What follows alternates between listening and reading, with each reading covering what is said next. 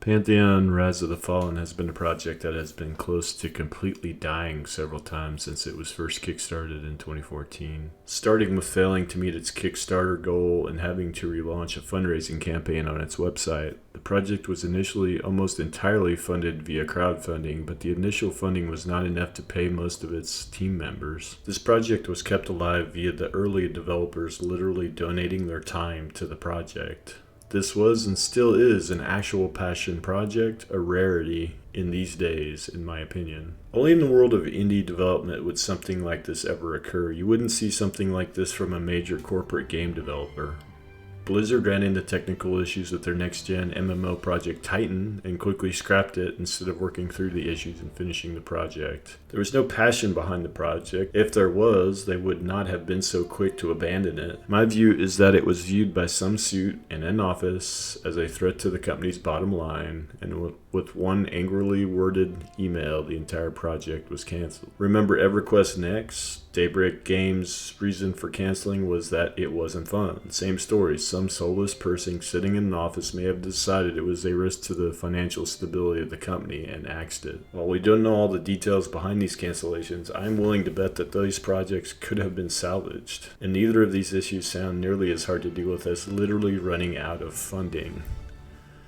Without even getting into the details of the project, that alone gets me interested. It is so rare to see a company that truly has not just said their project is a project built on passion, but has demonstrated it through their actions. How many MMOs have been released in recent history that were kept alive by developers literally working for free because of their love of the concept of the game? I can't think of any. And of course, this game is not yet released, and it is not a guarantee that it will release. But with several new angel investors and with a decent hype machine building for this project, and most importantly with a dev team that actually cares about this project, I think it will have a great chance to launch. And when we get into the details of this project, I will admit I initially brushed this project off the first couple times I heard about it. The number one reason I did was because of the PvE focus of the game, since I am more of a PvP player myself.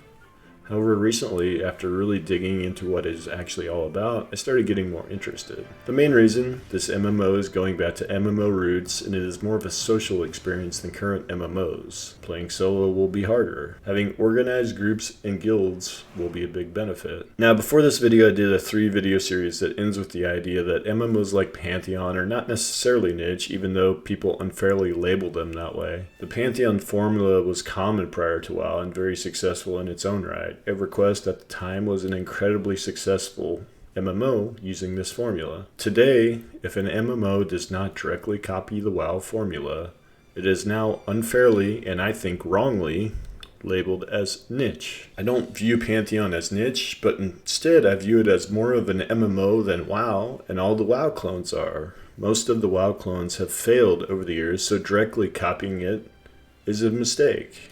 Doing something different, but at the same time tried and true, makes more sense. And that is what Pantheon is doing. Also, regarding the PvP, I recently read that PvP is not a complete afterthought in this game either. Yet another misconception about this game. Now, will it have PvP as compelling to someone like me as what Ashes of Creation will be offering? Probably not. But the PvP they have described does look pretty interesting, at least in concept. So this MMO is very much on my radar. Finally, we have a game that is truly trying to move away from the WoW formula. The passion behind the project is inspiring. The concepts of the game look great on paper. It could still disappoint, as so many projects have, but I think this project has a very good chance to not disappoint. So with that, I will end this video. I may do more Pantheon videos in the future, but I still am more focused on Ashes of Creation, and to some extent, I will continue to do some speculation videos on the Riot MMO as well. But Pantheon has risen up the list of my personal most anticipated MMOs for sure.